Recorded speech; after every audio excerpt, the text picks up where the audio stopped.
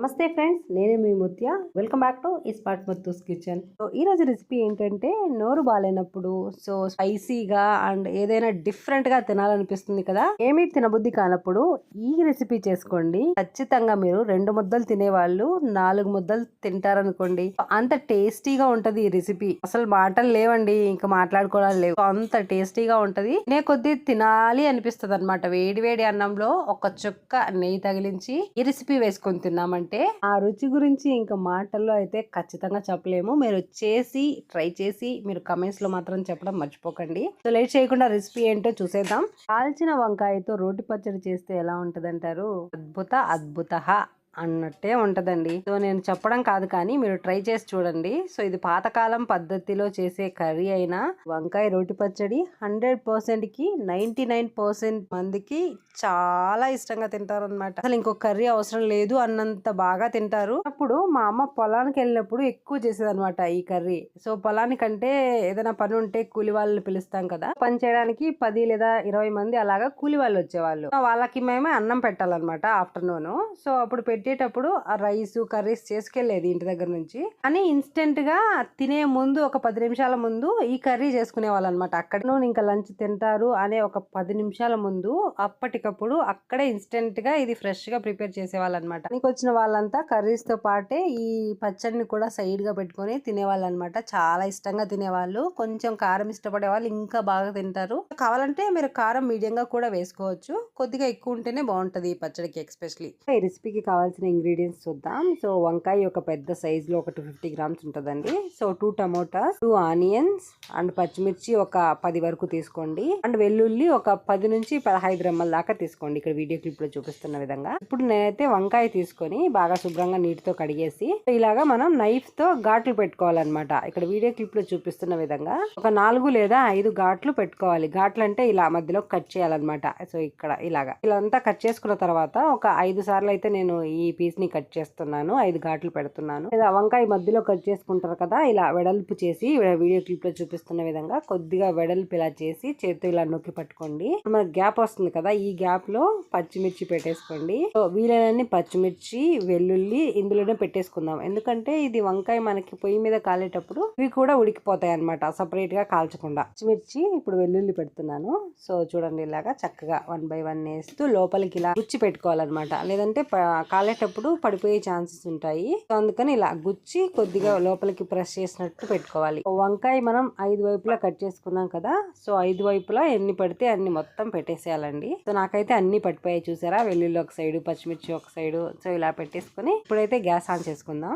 Gas on చేసుకుని పుల్కా కాల్చే కర్ర బయట ఇలాంటిది దొరుకుతుంది కదా, సో ఇలాంటిది దీనిపైన ఇప్పుడు మన వంకాయ పెట్టేసి గ్యాస్ మీద ఇలా డైరెక్ట్ గా కాల్చుకోవాలన్నమాట. ఎంతసేపు కాల్చాలంటే, నాకు ఈ వంకాయ కాలడానికి చాలా టైం పట్టిందండి. ఆల్మోస్ట్ 15 మినిట్స్ వరకు పట్టింది అనమాట. ఎందుకంటే అన్ని వైపులా ఉడికించుకోవాలి కదా, సో అందుకని.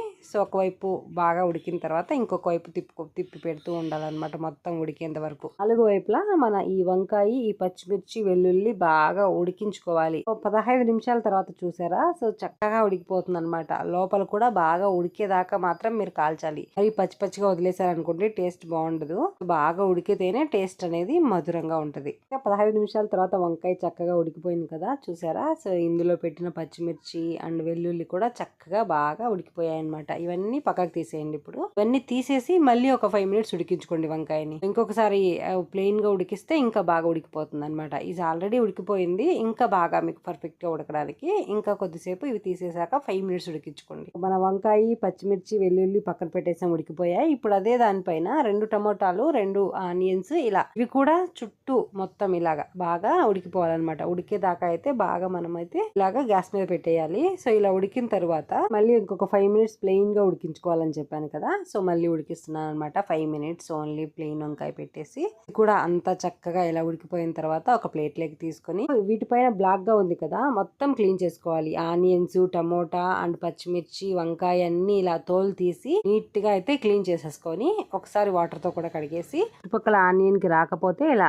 కట్ చేసుకుని అయితే నీట్ గా అయితే మనం క్లీన్ చేసుకోవాలి. చూసారా, క్లీన్ చేసిన తర్వాత ఇలా చేసుకోవాలన్నమాట. తగ్గ ఉన్న పొట్టును మొత్తం తీసేసి ఇప్పుడైతే ఆనియన్స్ కొంచెం పెద్దగా ఉంటాయి కదా, మీరు లాస్ట్ లో వేసుకోవడానికి వీలైనంత సన్నగా కట్ చేసుకోండి. సో ఇక్కడ నేనైతే సన్నగా కట్ చేస్తున్నాను. సో చూసారా మన వంకాయ కూడా నీట్గా అంతా పైన క్లీన్ చేసి శుభ్రం చేసుకున్నాక సో ఇవన్నీ ఇలా కట్ చేసుకుని పెట్టుకొస్తున్నాం. ఆ రోటీలోకి ముందుగా పచ్చిమిర్చి అయితే వేసుకుందాం. నా దగ్గర చిన్న రోలే ఉందన్నమాట, పెద్దది లేదు, అందుకని కొద్ది కొద్దిగా వేసి నేనైతే పచ్చిమిర్చితో పాటే ఉప్పు కూడా తగినంత వేసుకొని నేను 1 టేబుల్ స్పూన్ వేస్తున్నాను. సో చక్కగా రుబ్బుకోవాలన్నమాట. పచ్చిమిర్చి ఇలా నున్నగా అయితే పేస్ట్ లాగా రుబ్బుకున్న తర్వాత మనం వెల్లుల్లి ఉన్నాయి కదా, ఆ వెల్లుల్లిని పొట్టు తీసి వేసేసుకోవాలన్నమాట. వెల్లుల్లి కూడా పేస్ట్ లాగా బాగా రుబ్బుకున్న తర్వాత టమాటా వేసుకుందాం. టమాటా అలానే వేయకుండా 2 ముక్కలుగా కానీ ఒక టమాటాను 4 ముక్కలుగా కానీ కట్ చేసి వేసేసుకుంటే మెత్తగా రుబ్బుకోవచ్చు అనమాట. ఎందుకంటే ఇది చాలా చిన్న రోలు కాబట్టి మనం పెద్ద పెద్దగా వేస్తే ఎక్కువ రుబ్బలేదు. సో అందుకని ఇలాగా టమోటాలు వేసి చక్కగా నిదానంగా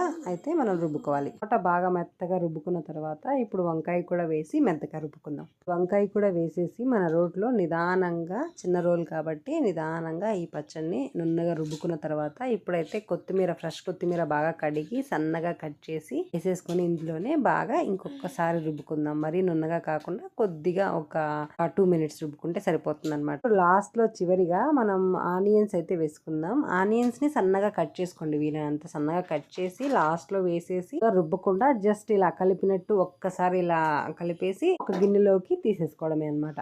ఇప్పుడైతే గ్యాస్ మీద ఒక ఫ్రై ప్యాన్ పెట్టుకొని ఇప్పుడు తిరగమాతకు వేసుకుందాం. ఈ తిరగమాత వేసేటప్పుడు నెయ్యితో వేసుకోండి, చాలా బాగుంటది. నేనైతే ఒక 3 టేబుల్ స్పూన్ ఆఫ్ నెయ్యి వేసి అయితే పోపు పెడుతున్నాను. టేబుల్ స్పూన్ ఆఫ్ ఆవాలు, 1 టేబుల్ స్పూన్ ఆఫ్ జీలకర్ర అండ్ కొద్దిగా పచ్చికరివేపాకు వేసి చక్కగా ఫ్రై అయిపోయిన తర్వాత ఇప్పుడు మన వంకాయ రోటి పచ్చడి ఉంది కదా, ఈ పచ్చడిని ఇందులోకి వేసి ఒక 5 నుంచి 7 నిమిషాల వరకు లో ఫ్లేమ్ లో పెట్టుకొని ఫ్రై చేసుకోవాలన్నమాట. నాకైతే 7 నిమిషాలు పట్టిందండి. 7 నిమిషాలు ఫ్రై చేసిన తర్వాత మీడియం టు లో ఫ్లేమ్ లో అడ్జస్ట్ చేసుకుంటూ ఇప్పుడు వేడి వేడి అన్నంలో ఈ పచ్చడి వేసుకొని తినండి. మొత్తం పచ్చడితోనే ఎంత రైస్ అయినా తినేస్తారనమాట, అంత టేస్టీగా ఉంటుంది. ఒక్కసారి మీరు ట్రై చేసి కమెంట్స్ లో చెప్పడం మర్చిపోకండి మీకు ఎలా కుదిరిందో. Thank you so much for watching. మరిన్ని interesting and different and simple recipes కోసం స్మార్ట్ ముత్తూస్ యూట్యూబ్ ఛానల్ కిచెన్ని సబ్స్క్రైబ్ చేయడం, షేర్ చేయడం, లైక్ చేయడం మర్చిపోకండి. Thank you so much. Bye. Subscribe for more.